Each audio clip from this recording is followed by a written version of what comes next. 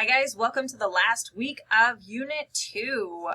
In this week you are wrapping up your analyses and getting ready to transition pretty soon here to your research paper. This particular unit you have been learning a lot of strategies that are going to be useful to you in the research essay process. Last unit we talked about the information that you want to record when you are building references. That's what that last page of the paper is called, an APA style. If you're familiar with MLA style, you probably used to build works cited entries. So this is the same kind of thing. But I want to draw your attention to, first of all, how to build your own references. Students get really comfortable copying and pasting into their paper. So I'm going to tell you how to build them, what kind of elements you need to include. We're going to talk about what not to do, why you shouldn't copy and paste references, and then I'm going to give you some suggestions for best practices when you move into your next assignment and future writing assignments involving research. Okay, so building references. Last unit, this is what we came up with, okay? So we were looking at this article by Barney and Graham. We wrote down the important aspects that we could find on that article: the author, the year, the date, the title of the article, where it was published, and then I did not grab a URL for a reason that I'll talk about today. When you're building an APA style reference, it's helpful to remember that APA style references are composed essentially of 4 sections. So there's 4 types of information in the references, and they fall in this particular order.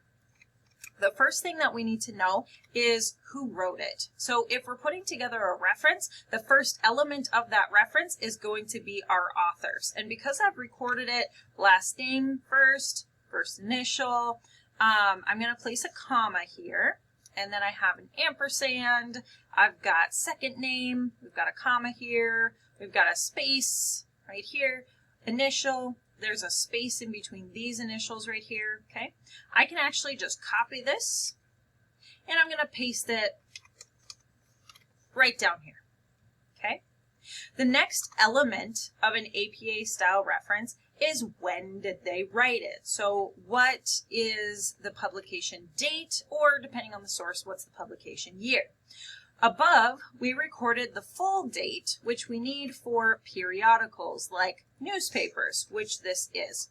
Because newspapers are published every single day and hundreds, if not thousands, of articles appear in those newspapers, it's helpful to provide your reader with an exact date when that article was published so that when they go to search for it, they can find it very easily. Other sources like book sources and journal articles, you only need the year.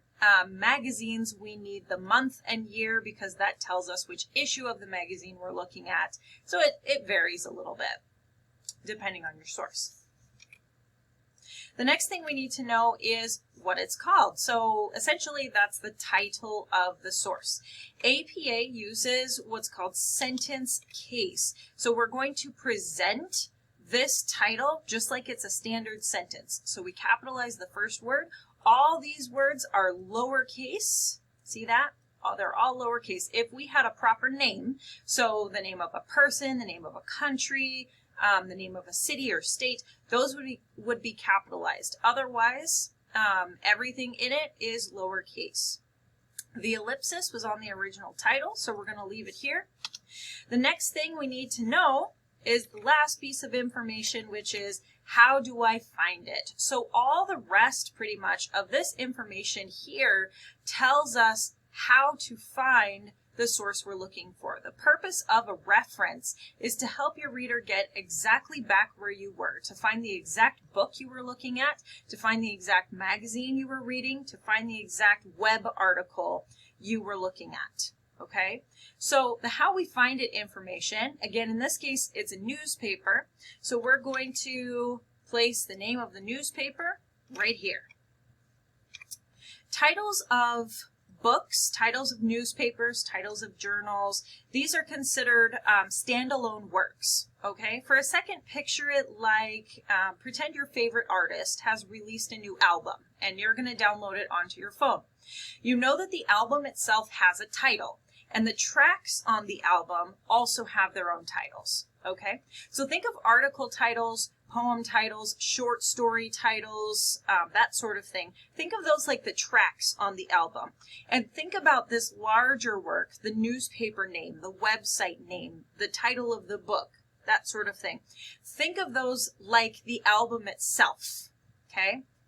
The title of the standalone work, the big work that contains the little ones, is italicized. This guy, this title of the smaller work of the album track, if you will, is presented in sentence case. All right, now, the last item that we need is a URL. So you're looking these up in SIRS, and so this is the URL that SIRS gives you, okay? That's all we need. This is all we need for this particular article, okay? Author, year, title, place that article lives, and then how the reader can find the article. Once you're done with that, let's see if it's going to let me. Perfect. Once you're done with that, you're going to give it a hanging indent. So if you look at this triangle and rectangle up here on your ruler bar, this controls the alignment of whatever paragraph you're looking at. So if you highlight your reference, grab the triangle, drag it to the ½ inch mark, grab the rectangle, and it's not going to let me. It's not going to let me drag it back because I have some kind of formatting in this particular document. But that's how you would do it. Just grab this. Oh, there we go. And drag it back. So this puts this first name against the left margin. This is left aligned. This is indented 1/2 inch. Okay. So then if we were to have another reference that followed this, it would be presented in the same format. So we would have, we shouldn't have a space in between these. These would normally be double spaced. There we go. And there's no space that falls between them. They're just one on top of another. And the indentation right here, notice they're alphabetized. The indentation is what tells us where each one ends and where a new one begins. Notice that this one doesn't have an author. This just has an article title on it. It's because this article itself did not have an author. We knew what it was called, we knew where it was published, we knew what the date was, but there was no author. So in those cases, all you have to do is put the title of the article in the author's position. Everything else stays the same. Okay, so I told you before that you shouldn't copy and paste references into your paper. Why shouldn't we do that? Well, let's go over here. We're going to take a look. So in here, we find the pre-built citation for our paper. I'm going to go down here to the APA 6th edition. So we already talked about how this is the incorrect edition. We already know that our date should not be shortened. The rest of this looks pretty good. We're missing a period from this ellipsis right here. There's no period after Inquirer, and we still have the words retrieved from before the URL, which are no longer required in APA. So if you copy and paste this, it's completely fine for this analysis assignment. However, when you move on into other classes, this won't be acceptable because it doesn't fit the edition of APA that your instructor is looking for. Okay, so we can't use that one.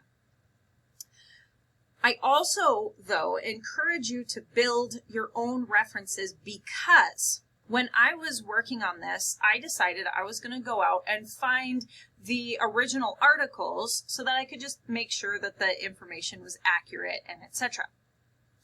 So I went out and here's the same article. So we have Bernie, it's about cursive. When I scroll down here, I can see that the article text is the same, etc. The big problem here is that you'll notice the two titles of the articles are different. This author is the same. This author, they have incorrectly presented her initial as S when actually it's A.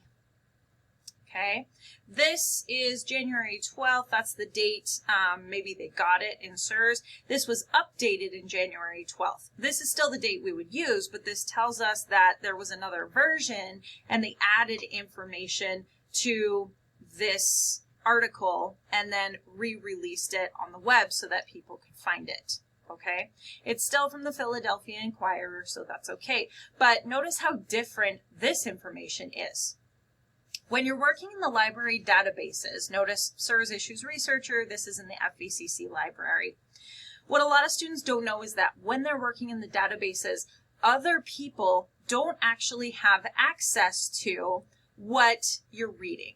So I, as your instructor, may not be able to read what you're looking at because in this URL, do you see this account ID right here? This means that you signed into SIRS and you looked up this article under your personal account. So if you copy and paste this URL into your reference, I may or may not be able to click on it and follow it to this article that you were reading, okay?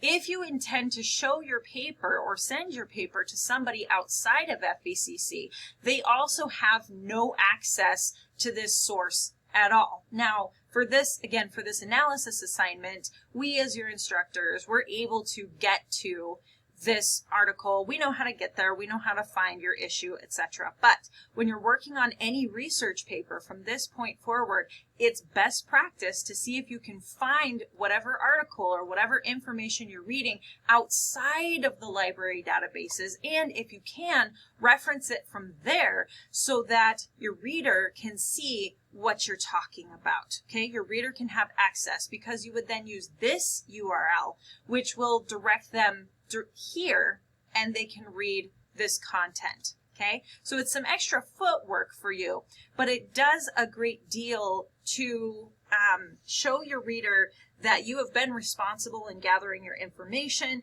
that you've made sure that you are presenting your authors accurately, that you're presenting the source name accurately. It can harm your credibility a little bit if you reference something as it appears in the database. It has different authors, different titles, and somebody goes into, say, Google and searches for that resource, and they find an article with a different title, slightly different author names, etc. It kind of makes it look like you made a mistake, even though you're not the one who made the mistake. So, for future assignments, be sure to do your due diligence, see if you can find that article outside of the library systems, and guide your readership there so that they will have an opportunity to see what you're reading, no matter where they're from, where they found your work, or what their interest in it may be.